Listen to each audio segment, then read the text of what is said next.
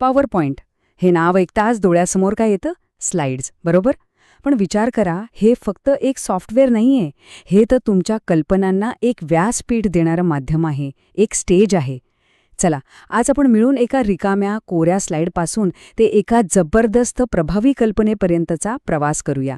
चला तर मग. ही आहे ती कोरी रिकामी स्लाइड.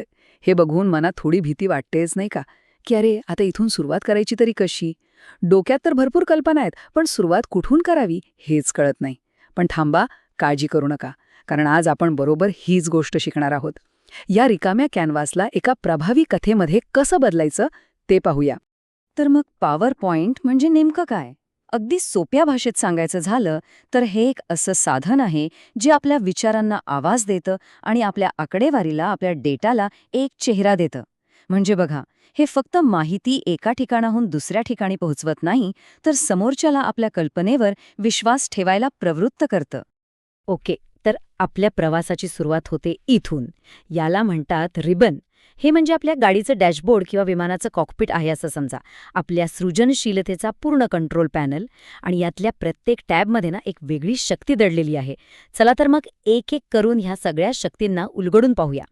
चला, सुरुवात करूया पहिल्या भागापासून, मूळ सामग्री तयार करणे. कारण कसलंही प्रेझेंटेशन असो, त्याचा पाया मजबूत असायला हवा. आणि तो पाया म्हणजे त्यातला मजकूर आणि स्लाइड्स. बघूया हे कसं करायचं.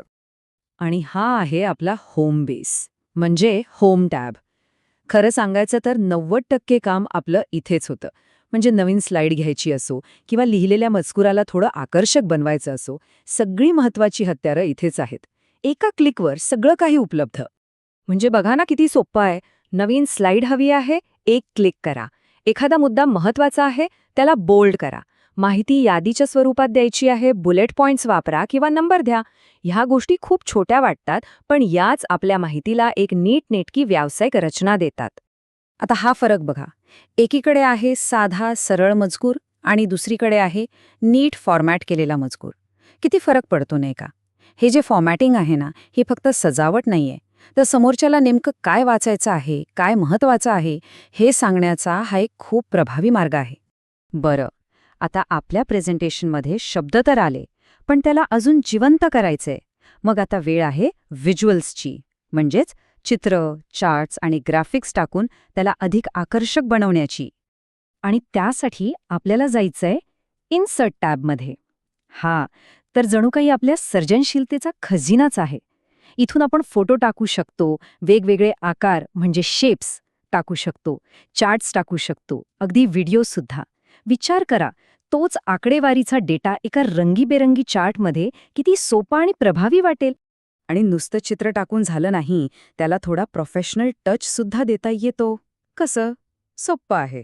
चित्रावर क्लिक करा, वर एक फॉर्मॅट नावाचा टॅब दिसेल.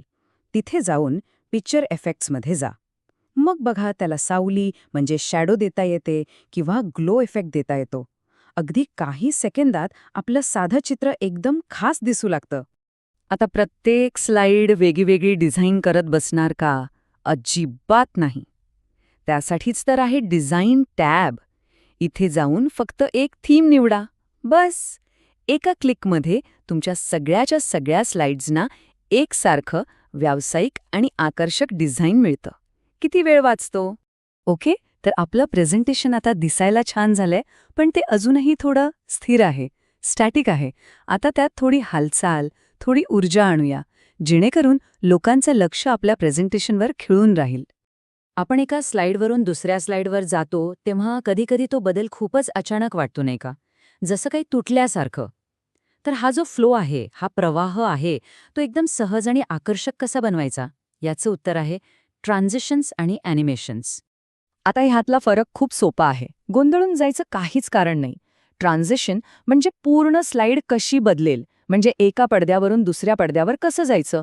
आणि ॲनिमेशन म्हणजे त्या स्लाइडवरच्या गोष्टी, म्हणजे आपला मजकूर, आपली चित्र, ती कशी समोर येतील. सोपं आहे ना? हे बघा, इथे दोन्ही टॅब बाजूबाजूला आहेत. हा डावीकडचा ट्रान्झिशन्स टॅब जो तुमच्या अख्ख्या स्लाइडला हलवतो, आणि हा उजवीकडचा ॲनिमेशन्स टॅब जो स्लाइडवरच्या मजकुराला किंवा चित्रांना एंट्री देतो. एक स्लाइडसाठी आणि दुसरा स्लाइडमधल्या वस्तूंसाठी. वा, आपलं प्रेझेंटेशन जवळजवळ तयार आहे. पण थांबायचं नाही. सादर करण्यापूर्वी त्याला फायनल टच देणं म्हणजे अंतिम सुधारणा करणं खूप गरजेचं आहे. चला बघूया त्या शेवटच्या पण अत्यंत महत्त्वाच्या पायऱ्या. एक गोष्ट नेहमी लक्षात ठेवा.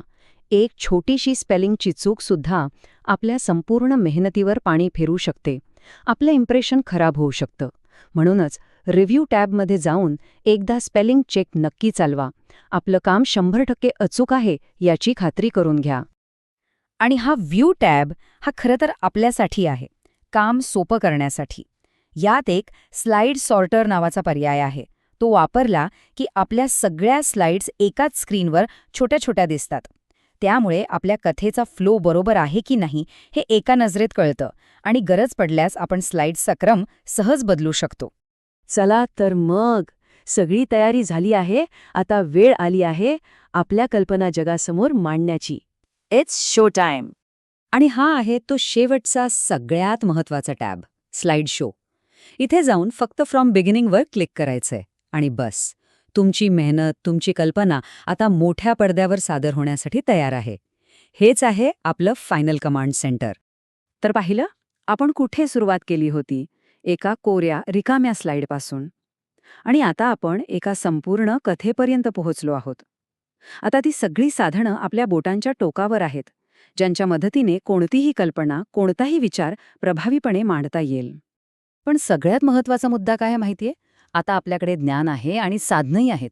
प्रश्न फक्त एकच आहे की ह्या साधनांचा वापर करून आपण कोणती नवीन कथा सांगणार आहोत, कोणती कल्पना जगासमोर मांडणार आहोत.